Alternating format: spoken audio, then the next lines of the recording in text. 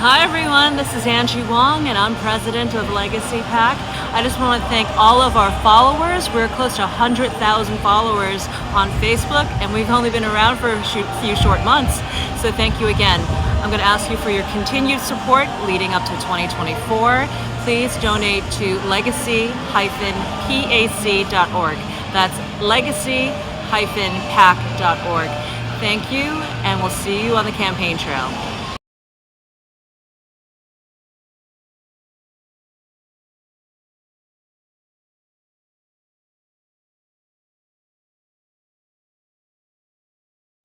I'm Jared Craig with the Vet Voice, and I have the pleasure of speaking with Kimberly Lowe, who is running for U.S. Senate in the state of Virginia in 2024. And I'm also proud to announce that Georgia Veterans for Trump and Veterans for America First has decided to endorse Ms. Lowe in her endeavors of taking the Virginia Senate seat. So welcome to the show, and share with our viewers a little bit about your background and what motivated you to run for office.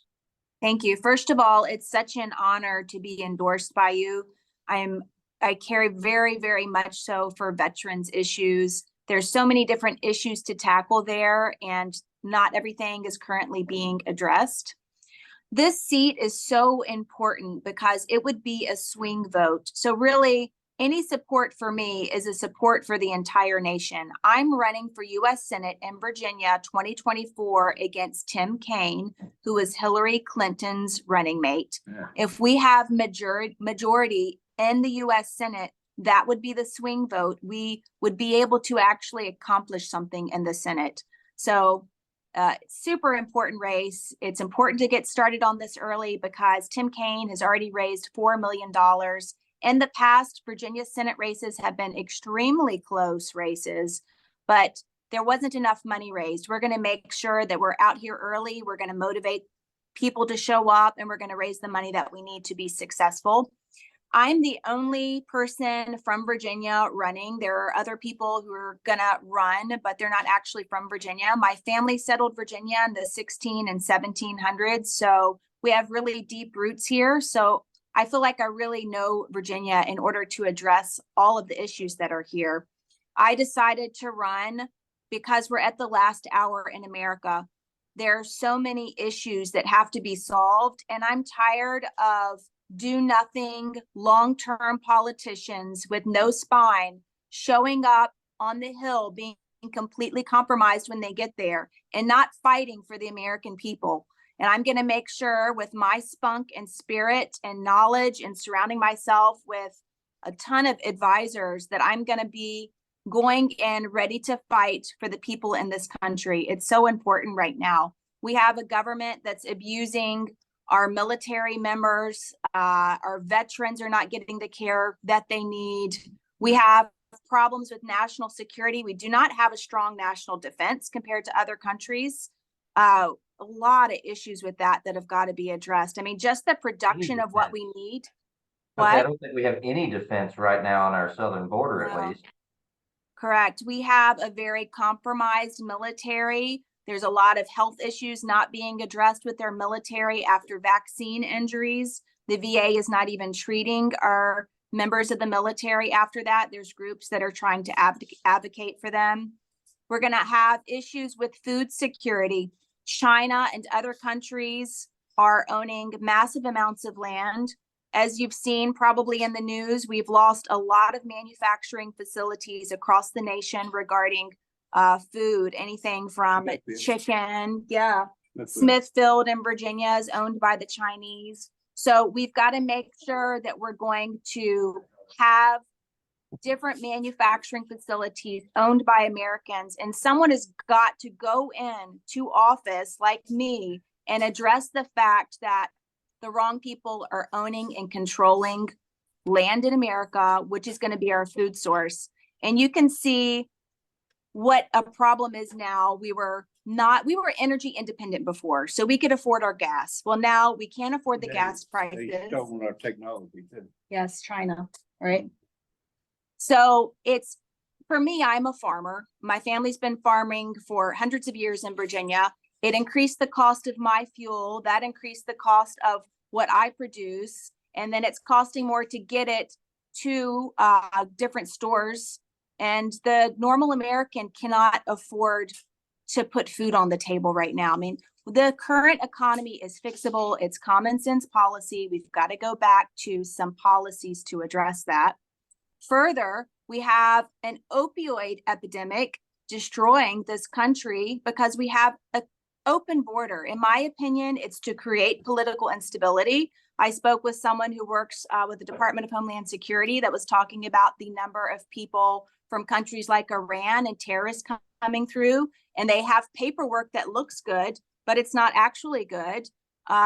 Again, common sense policy. I've personally spent an extended amount of time at our southern border. It makes no sense. And people need to understand that it is not humane to allow people to cross a river just to allow their children to drown when they cross. I have personally met a mother whose son drowned trying to cross to come into this country. And again, common sense solutions, it makes no sense. And the number of people that are dying from the drugs on our streets, and it's all intentional, it's all fixable. And if we can have control in the US Senate, then we can look at all of these issues, address them, which is not occurring right now. And we really need to stop the government abuse. Then we can address issues with our First Amendment rights. The media is taking over our rights. They seem to have more rights than people actually out there having free speech. Second Amendment rights are threatened horribly. A lot of gun grabs happening in America. There needs to be a constitutional right to carry. The Constitution has been removed from our civil court systems. We have children being removed by the government from their homes at a really high rate. In America, we lose 1 child per minute into CPS based on false allegations because our government is sending our taxpayer dollars to different states in order to remove children from homes. It's a money-making business. 88% of the children that were picked up, that were trafficked and found by the U.S. Marshal Service actually came out of foster care. So a lot of times when they go into the government system, we don't know what happens to them. But we have decades that were very planned out to destroy the American family, to control the American people through our education system, through our media, to remove God from everything. Again, another control factor. And I'm going to stand strong to be the voice for everyone. And I have a lot of policy solutions. I have been working with a large number of incredible advisors, like people such as Walid Perez. He was Trump's Middle Eastern advisor. He worked on the Abraham Accords. That was incredibly important. It needs to be expanded. We're planning a trip to meet with world leaders this year. We'll be going to Israel first, UAE, Saudi Arabia, Northern Iraq, Northern Africa, and then taking a trip through Europe, because my job in the Senate is national defense and the budget. And clearly we have a huge problem with the budget as well, because we're printing money from air. It's not backed by anything. I think we're going to be seeing huge changes with the way that we do banking in the future. And I'm actually with my mom, who's in hospice care, and I'm so thankful that there are veterans here who have served.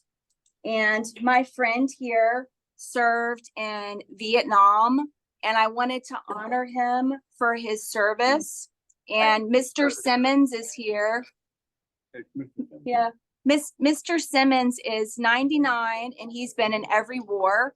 But do you want to tell us real quickly about tell us your name and? A sergeant in Vietnam working with combat photographers back during the Tet Offensive when it was real bad. 4th Infantry Division. I made Sergeant E5. I had 6 men working under me. I was afflicted with Agent Orange. Right now in the scooter, I have partial use of my legs, but I have lymphedema. I have all these issues going on, heart, and et cetera, et cetera. And the VA here has been good to me. They gave me the scooter. I got an appointment with them tomorrow morning, wound care on my legs because I had cystitis where blisters keep breaking out. It's been good here. VA has come a long way where before I went through the program Vietnam when I come back with duress from the war. And we had a group therapy here, which was very good. And I participated in that. In fact, I led some sessions because of my experience. Nice. Thank you so much for your service. I appreciate everything that you're doing, this is McLam, correct? Larry McLam. And Yes, I have a question for Larry. Would you think that we have all the problems that we have today just a few years ago? Are we in a good setting from your perspective? There's a lot of veterans out there with mental duress, suicidal, that we Correct. need to help. They're the ones Thank that on the downside. I agree And- with you completely. I would like that to lead into a discussion on veteran suicide. Yes. Veteran suicide is being addressed on the Hill, but we keep pouring more and more money into the issue, and yet it appears as if the suicide rate is increasing. There is They're kicking the can down the road like so many other programs which you're aware of. Just say, we'll take care of that, end of that, out of sight, out of mind. There's a bill that still needs to be sponsored. It's called the Signatory Informed Consent Act. That is essentially a piece of paper that an individual would have to sign before they start taking a medication, because there are about 700 black box medications that can lead to depression, suicidal tendencies. And even though the doctors are supposed to be telling patients, it doesn't mean that they're following through with that. And we would like to see that as possibly a simple solution to help with veteran suicide. That is being pushed by Veterans Strategic Solutions President and CEO John Spaniola. And what you could do to help is you could contact your federal legislator and ask them if they would be willing to sponsor this legislation. Many years ago, around 2015, they did hold a hearing on this, and there was a lot of pushback from the drug companies because they just didn't want their drugs to not be pushed on people. Sometimes veterans are taking 10, 20, and 30 pills at a time, and you just don't know how those are going to interact. The FDA is going to be holding hearings on that soon. Further, about a year ago, there was a study done by the University of Florida that discussed the correlation between these drugs being taken and the suicide rate. So I think it's just a simple idea. You know, what is a veteran's life worth? How hard would it be for them to produce a piece of paper and say, this is what could possibly happen, to try to save lives? It's so important. The National Defense Authorization Act had tenets in it to provide for federally funded investigation on veteran suicide and medications. One of the things that bothers me about the NDAA is that the stipulation was to send money to the Ukraine. And I feel like if we're not even taking care of our own borders and we're not taking care of our veterans, and our veterans are homeless and they're dying and they're not getting the care that they need, that we need to pour our focus into the American people. So important. Toxic exposure, like you were saying too. What? Agent Orange. They told this it was safe. It's a weed killer. The monkeys and snakes were dying, and they told us it was safe. Why would they die? And they tell us it's safe. We've been lied to so many times. Vietnam, Afghanistan, Iraq. It's about money. They produce weapons and make. We have a duty to assist the veterans. I agree. It's not just an entitlement program for someone who just wants something because they merely want it. The veterans have put their life at risk.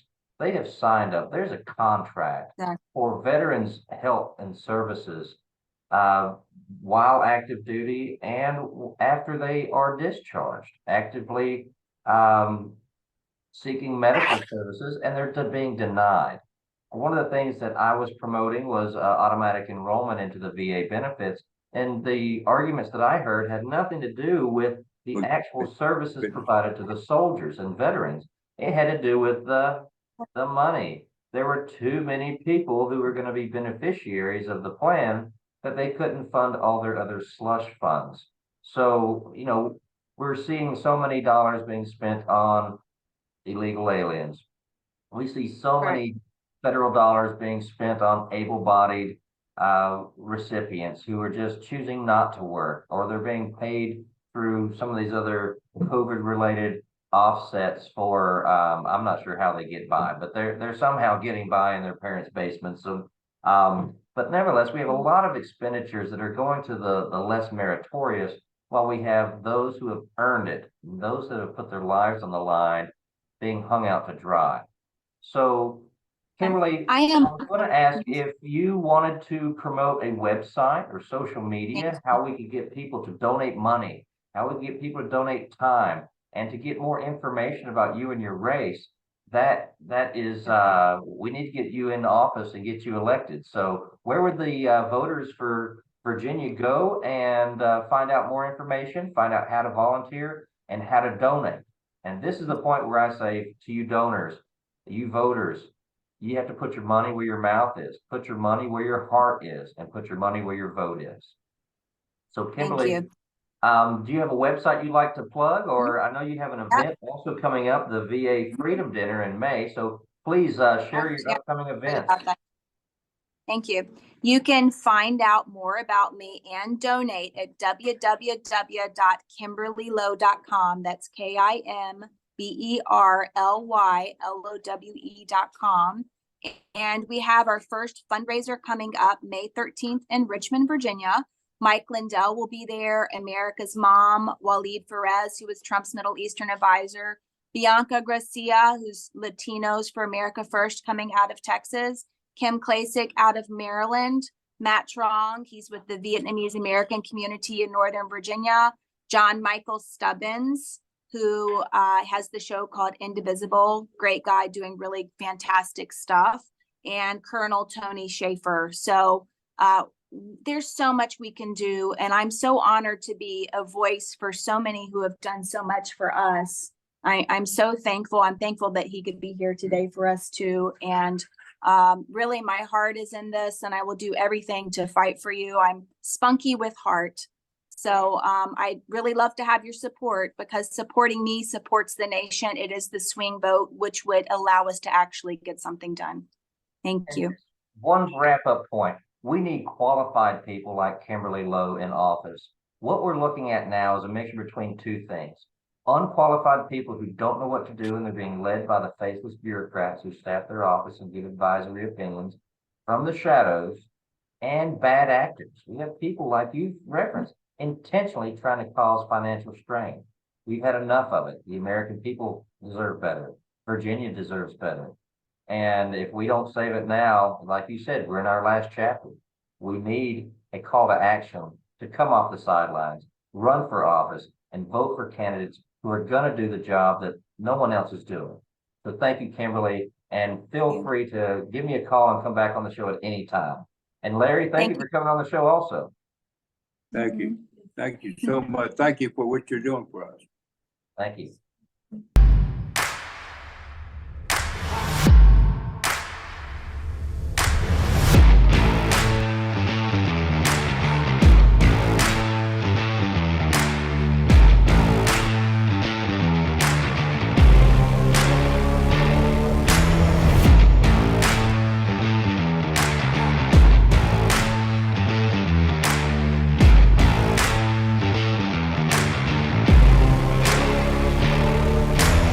So we know the issues, we know about energy, we know about the border, we know Joe Biden doesn't know what he's doing. We know all that, we get all that, but why do this? Why do this here tonight with Legacy PAC? Because there's a whole lot of people who have the passion to save this country who need help getting off the ground. The purpose of Legacy PAC is to save America. That's our mission. That's what we really want to do, because America's worth saving. We support the next generation of conservative leaders. We just want good, solid patriots. They're not embedded in like the establishment. I am a political outsider. I am by trade, I'm a cybersecurity engineer. Okay, so this is my first run in politics. We need more conservative Republicans standing up and fighting for the Constitution. We're an America First PAC, and we want to promote and help our up-and-coming candidates, and we're going to be holding the line for President Trump. I joined the Army at 17 years old. My first day at my first unit, which was 25th Infantry, was September 10th, 2001. So the next day was 9/11. And I spent about a total of a decade between Iraq and Afghanistan in country. So my country means everything to me.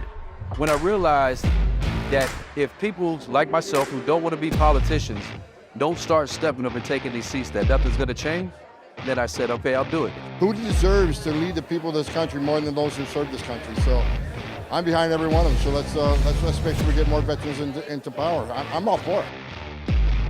Remember why you're involved. We have to make sure people remain humble and not engage in self-glorification. You are here for one reason, and that is to save the country. Period. End of story. And for those candidates who are looking uphill and wondering how, keep your head down, focus on the target, and outwork everybody. And I promise you, you're not gonna lose. You're either gonna win on election night or you change the game on election night. So God bless you guys. Thank you so much, Legacy Pack.